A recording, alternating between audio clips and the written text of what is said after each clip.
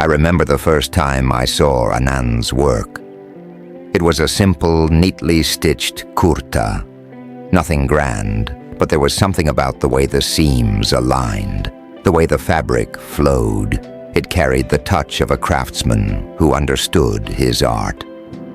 Anand was just a young man then, the son of a humble tailor in our village of Rampur, a place where the days were long, the air was thick with the scent of earth, and life moved at the pace of a bullock cart. Anand had big dreams. He wanted to be more than a local tailor sewing blouses and dhotis for the villagers. He wanted to stitch garments fit for the royals in the city, and he talked about it all the time. Whenever we sat by the village well in the evening, listening to the elders talk about their youth, Anand would bring up his plans. One day, he would say, "I will be known far beyond Rampur. My clothes will be worn in the palaces. Just wait and watch." People humored him, some encouraged him, but there were also those who laughed behind his back. "A tailor's son dreaming of the palace," they scoffed. "He should focus on stitching our clothes properly first." But Anand was undeterred, or so it seemed. His father, Raghav, was an old man by then, his fingers not as steady as they used to be. He watched Anand closely, and one day, as the boy went on about his ambitions, Raghav called him inside the tiny tailoring shop that had been in their family for generations. "Beta," he said, "dreams are like the fabric we stitch. If you keep pulling at the thread, showing it to everyone before it's ready, it unravels. Some things must be done in silence." Anand frowned.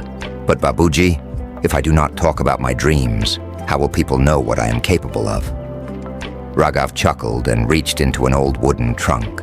From within, he pulled out a long, unfinished piece of cloth. "Do you know what this is?" he asked. "No, Babuji." "This is a turban cloth I had started stitching for a zamindar's son years ago. I was so excited, I told everyone. Soon, another tailor copied my work and reached the zamindar before I could. I was left with this half-stitched piece. The zamindar never came to me again." Anand swallowed hard. He had never heard this story before. "Work in silence, Beta. Let your stitches do the talking," Raghav said, patting his son's shoulder. Something changed in Anand that day. The next morning, for the first time, he said nothing about his grand plans. He sat at his father's sewing machine, pulled out some fabric, and began to work. He stopped discussing his ideas with the villagers. When people asked, "What are you working on, Anand?" he would only smile. Months passed, then years. The chatter around Anand's ambitions faded. People assumed he had given up, settled into his small shop like his father. But behind that quiet demeanor, something remarkable was happening. Anand had taken to sewing early in the morning, long before the village woke up, and late into the night when only the flickering oil lamps kept him company. He experimented with new designs, perfected his stitches, and worked on fabrics no one in Rampur had ever seen before. He saved every rupee he earned, buying better materials and learning newer techniques from travelers who passed through the village. One day, a wedding procession came to Rampur from the neighboring town of Shivpuri. The groom's uncle, a wealthy merchant, needed a last-minute alteration to his sherwani. The local tailors hesitated. It was a delicate job, and a mistake could offend the rich man. But Anand, calm and confident, took the challenge. He worked through the night, stitching the finest embroidery anyone in the village had ever seen. When the merchant saw the work the next morning, he was astounded. "Who did this?" he demanded. When he was led to Anand's tiny shop, he stared at the young man in disbelief. "How is it that no one knows of your talent?" Anand simply smiled. A tailor's work should speak louder than his words, Sahib.